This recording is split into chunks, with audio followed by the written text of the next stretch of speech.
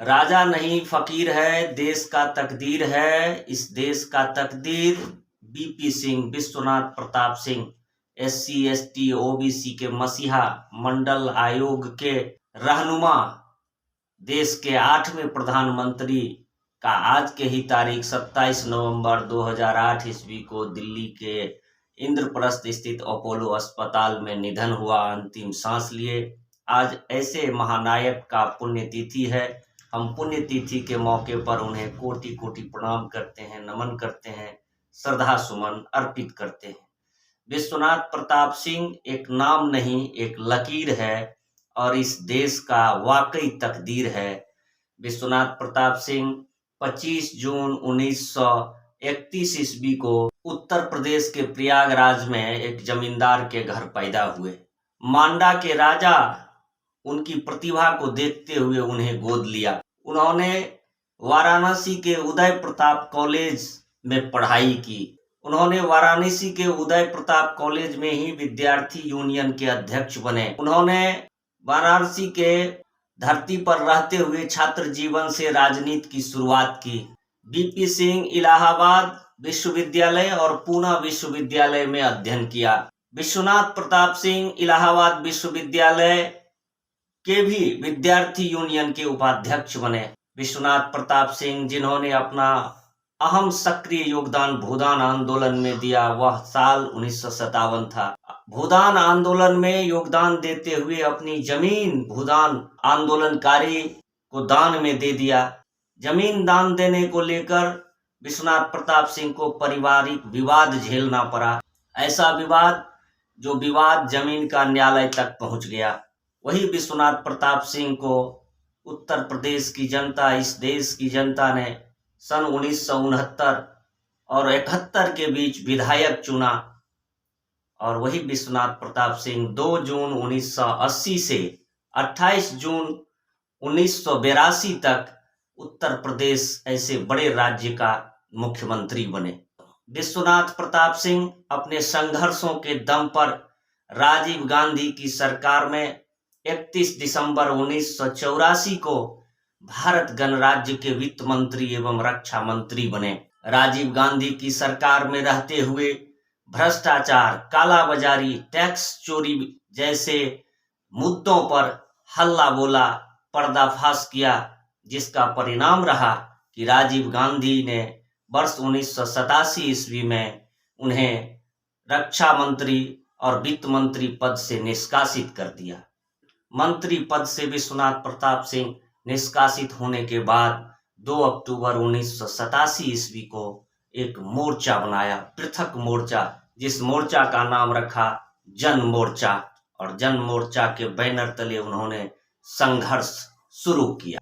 वह शख्स विश्वनाथ प्रताप सिंह जिन्होंने 2 अक्टूबर 87 को कांग्रेस से असंतुष्ट लोगों के साथ जो जन मोर्चा बनाया, उस जन मोर्चा में विद्याचरण शुक्ल और सत्यपाल मलिक जैसे सरीखे शख्सों ने अहम योगदान दिया। वह विश्वनाथ प्रताप सिंह एक नाम नहीं, एक रेखा है, एक लकीर है, एक संघर्ष है, जो 6 अगस्त 1988 ईस्वी को राष्ट्रीय मोर्चा नेशनल फ्रंट बनाया, जिसने जनता पार्टी और जनता दल का सफर तय किया। और वही विश्वनाथ प्रताप सिंह जो नेशनल फ्रंट जन मोर्चा के तहत लड़ाई लड़ा, नेशनल फ्रंट बनाया और सन 1989 ईस्वी के लोकसभा चुनाव में दमखम से उतरे। दमखम से उतरने के साथ ही चुनाव में राष्ट्रीय मोर्चा को जीत मिली। राष्ट्रीय फ्रंट के लोगों ने मिलकर सरकार बनाई। सरकार का प्रधानमंत्री विश्वनाथ प्रताप सिंह को चुना गया।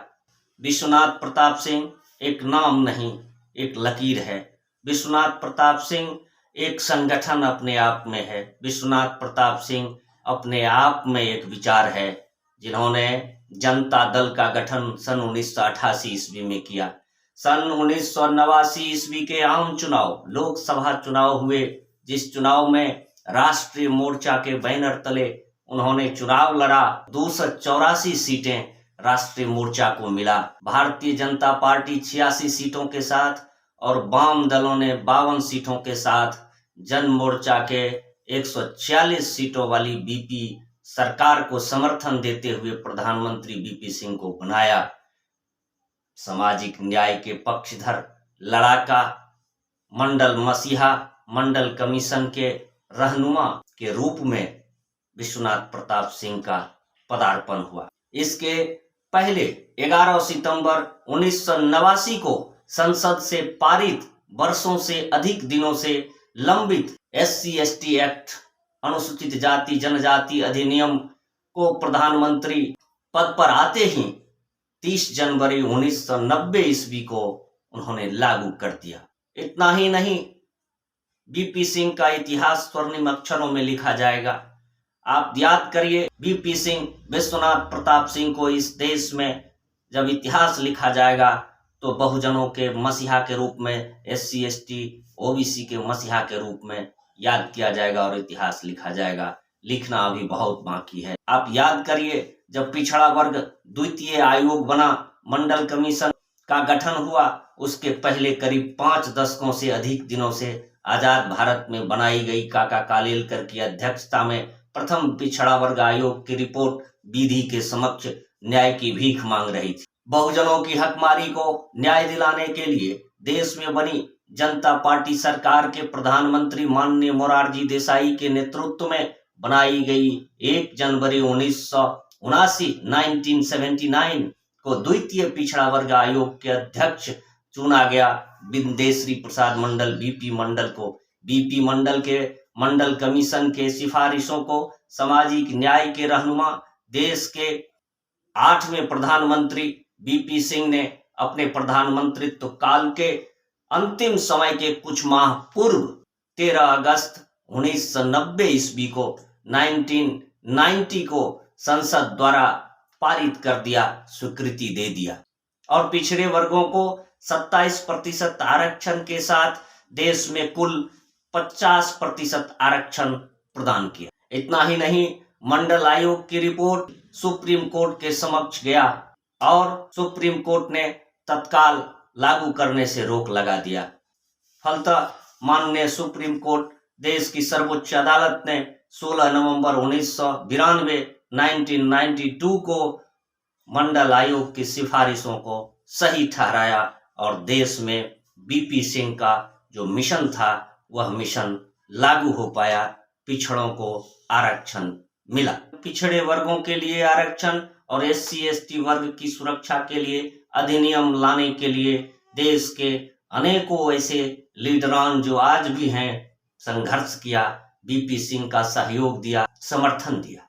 ऐसे कई नाम हैं, आप याद करिए, रामविलास पासवान, शरद यादव, लालू प्रसाद यादव, नीतीश कुमार, मुलायम सिंह यादव, इन ऐसे सरीखे नेताओं ने, चौधरी देवीलाल, ऐसे सरीखे नेताओं ने, अजीत सिंह, इन नेताओं ने मंडल आयोग की सिफारिशों को बहाल करने के लिए जीतोड़ मेहनत किया और मंडल आयोग ये आरक्षण की रिपोर्ट बहुत ही कंटीले और कठिनाई भरे राहों से हम आज बहुजनों को मिल रहा है, OBC को मिल रहा है, SC/ST लोगों को आज मिल रहा है। मंडल आयोग रिपोर्ट को पारित किए जाने पर, स्वीकृति दिए जाने पर भारतीय जनता पार्टी जो समर्थन दी थी विश्वनाथ प्रताप सिंह की सरकार को, नेशनल फ्रंट के तहत उसने अपना समर्थन वापस लिया। मंडल कमीशन के अगेंस्ट उन्होंने एक कमंडल अभियान चलाया जो पाखंड और अंधविश्वास से भरा हुआ था। लोगों की जनभावनाओं को भड़काने की कोशिश की। उसी से जुड़े हुए बाबरी मस्जिद विध्वंस के मामले आज भी जुड़े हुए हैं। मंडल कमीशन रिपोर्ट के अगेंस्ट कमंडल अभियान चलाने वाले, बीपी सिंह की सरकार से समर्थन वापस लेने वाले भारतीय जनता पार्टी के रथ को सामाजिक न्याय के पक्षधर के रहनुमाओं ने रोका। बिहार के तत्कालीन मुख्यमंत्री बहादुरी का परिचय देते हुए SC/ST OBC माइनॉरिटी के पक्ष में आडवाणी के उस रथ को रोका। बिहार के समस्तीपुर में उस रथ को रोक दिया और ऐलान किया कि चाहे सरकार रहे या सरकार जाए, हम कम्युनल फोर्स के साथ कोई समझौता नहीं करेंगे। बीपी सिंह भी अडिग होते हुए सरकार गई, लेकिन उन्होंने मंडल कमीशन को SC/ST एक्ट को बहाल करके छोड़ा। मुलायम सिंह यादव जो कार सेवकों के द्वारा आज आरोप लगाया जा रहा है उपद्रवी लोगों पर, जो बाबरी मस्जिद विध्वंस किए जा रहे थे, मुलायम सिंह यादव की सरकार ने गोलियां चलाकर उनको रोकने का काम किया, देश को सांप्रदायिक दंगों से बचाने का काम किया। ये विश्वनाथ प्रताप सिंह की खींची गई लकीर जो देश में आज भी प्रभावी है। बीपी सिंह एक ऐसी लकीर बना कि देश के सांप्रदायिक और तुष्टीकरण के आधार पर राजनीति करने वालों की जमीन छीन लिया। उन्होंने मंडल कमीशन का रिपोर्ट बहाल किया, उन्होंने SC/ST एक्ट उन्होंने लागू किया, उन्होंने प्रधानमंत्री बनते ही पंजाब का रुख किया, सिखों के बीच गए, ऑपरेशन ब्लू स्टार के प्रकरण के लिए सिख समुदाय से उन्होंने क्षमा याचना यात्रा करते हुए माफी मांगी। और ऐसा शख्स जो एक आम इंसान से भी दूरभाष पर टेलीफोन पर बात करते थे, वह ऐसा व्यक्ति जो लोगों से आपस में मिलते थे, जब दिल्ली जाते थे लोग उनसे मिलते थे। हमारी भी बात एक बार बीपी सिंह साहब से टेलीफोन पर हुई। मधेपुरा के हमारे एक साथी हैं दिलीप कुमार, जिन्होंने अपने मोबाइल से बीपी सिंह से हमारी बात कराई। मैं वैसे लोगों में से हूँ, उस पीढ़ी में से हूँ, उस शोषित वंचित पीढ़ियों में से मैं एक ऐसा शख्स हूँ कि बीपी सिंह साहब से फेस टू फेस तो नहीं मिल सका, लेकिन उनसे दूरभाष पर हमारी बात हुई। और आज 27 नवंबर है। इसी तारीख को 2008 ईस्वी में दिल्ली इंद्रप्रस्थ स्थित अपोलो अस्पताल में उन्होंने अंतिम सांस लिया।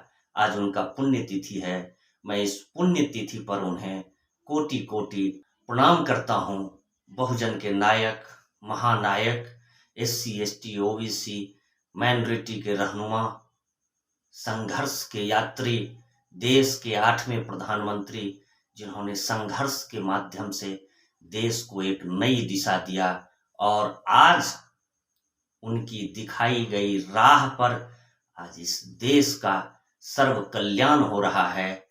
कितना बड़ा आज का तारीख हमारे लिए एक लकीर है।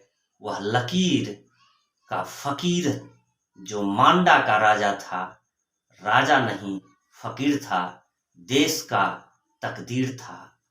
आज देश के तकदीर का पुण्यतिथि है। इस पुण्यतिथि पर हम पुनः एक बार उन्हें कोटि कोटि प्रणाम करते हैं, नमन करते हैं, श्रद्धा सुमन अर्पित करते हैं।